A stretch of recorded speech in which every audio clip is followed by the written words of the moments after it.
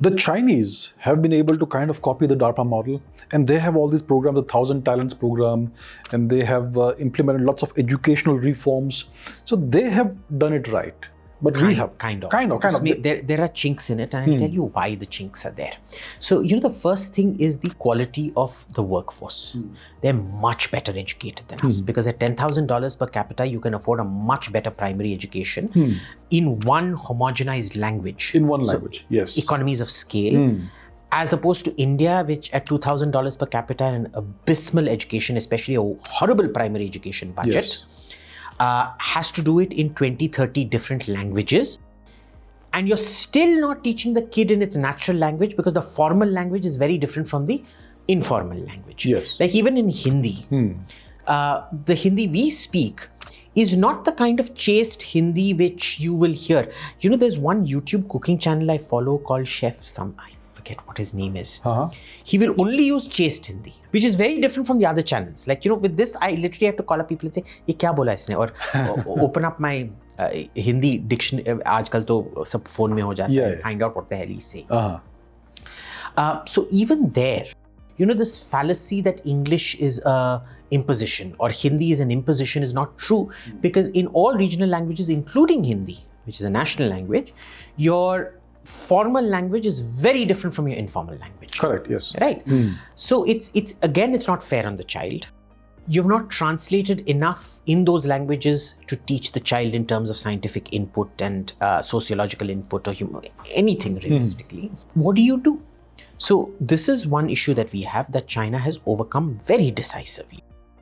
The problem in the Chinese education system is that they direct research to be focused in this area. The top leadership decides, like it's all command economies, this is what we're going to research. And so you have these 15 areas that you're going to focus on this year. Yeah, right. Very frequently what happens is that is not the way technology works. So for example, again, let's go back to my mobile phone, my favorite example. The touch that we use on here like this is quantum physics. Yes. And this is something that, Niels Bohr tried to convince Einstein of its value. And Einstein said, this is bullshit. What are we going to use it for? But today, touch technology is everything. I mean, even in a fighter, instead of doing all these sequential button pushes, you just have one big touch screen and you've reduced the sensor to shoot time to just one. Plane dekha, you click on it and you push your button and that's it. Yes. Whereas in the old system, you would have to draw your cursor or go up and line up a firing solution and then clickety-click, clackety-clack and God knows what not nonsense. You take 30-40 seconds in that a trained pilot fighting G-forces while you're maneuvering. That's right. Here, it's just ta-ta, bus. Yeah. That's it. Microsecond, it's finished. A trained pilot, not us. So, imagine that quantum physics that Einstein considered so useless being such a game changer in this. And the problem to bureaucratically straight-jacketing science, instead of science for the sake of science, allow the science to grow. Yes. Is a very bad way of doing things. The second thing that they do is, there are two parts to technology, the how and the why. The Chinese do the how through reverse engineering. Yes. They don't understand the why. Because why requires first principles application. Yes. Which is why for me, before Tesla, they've managed to come up with self-driving cars. Now, self-driving cars work perfectly fine in an environment like China, heavily regulated with cameras and whatnot. They won't work. You try it in Delhi. Yeah. You try it in Delhi, boss. 15 seconds में accident छोड़ो, death हो जाएगी. Yeah, true. But if you look at the high technology end, look at aircraft engines. Something as simple as that. Why does Pakistan still not want a Chinese engine for its JF-17? They still want the Russian Klimovs, the RD-88, I think now it is, the MiG-29 engine for their JF-17s. Today, Chinese engine, which is all metal, they've been trying to experiment with crystal blade and things like that, lasts between 80 to 120 hours. Okay. Russia was more developed at that time, so it's now between about 200-300 hours you get between 200-300s, and remember these are very high performance engines. Yes. Of usage. before it has to be rehauled and replaced. Yeah. Guess how much an American engine lasts today? American, French, British engine. I'm sure it's orders of magnitude more. 2,000 hours. 2,000 hours. Yeah. 1,200 before A-level repairs, and then 2,000 hours before replacement. Okay. So, where is the comparison? Right. Right? The Chinese still haven't got their engine game together. Yes. Chinese submarines are still clackety-clacks under the ocean. They can still be detected. They haven't got their echoing down. There's lots of things problematic with China. They do fantastic finishes, but they don't do technology as well. And I think people tend to get influenced by Chinese phones, thinking or the fact that it beat Tesla in a controlled Chinese city environment, and extrapolate that to the complexities of war and war technology, which is not the case. So I don't think China has got it right. China has done much better than India. But then you look at it, how do you develop?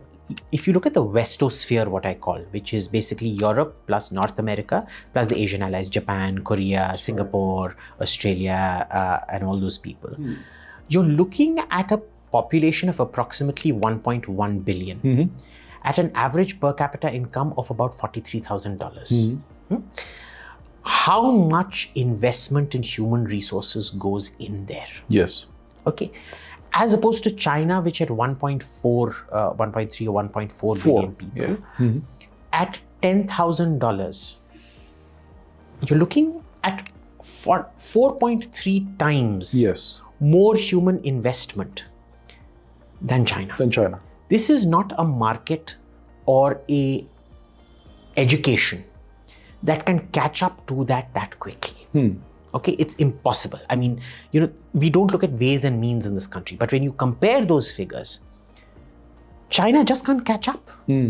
And there's this horrible I think it's fantastic. The Chinese think it's horrible. Technology denial regime. The Chinese students are not allowed to take certain physics courses and chemistry courses in Western universities and things like that, which is very good. So, that's that. You will, and everybody says, oh, Abhijit, you haven't read this Department of Defense report, which says the Chinese are far ahead of us. Their anti-ship ballistic missile, we don't have anything like that. You know how the Defense Ministry writes their reports? They want money.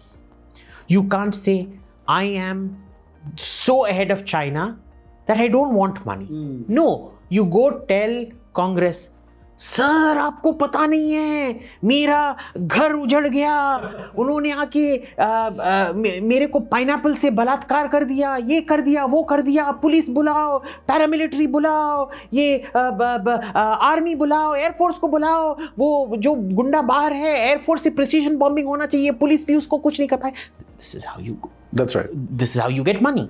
Okay, people don't get that.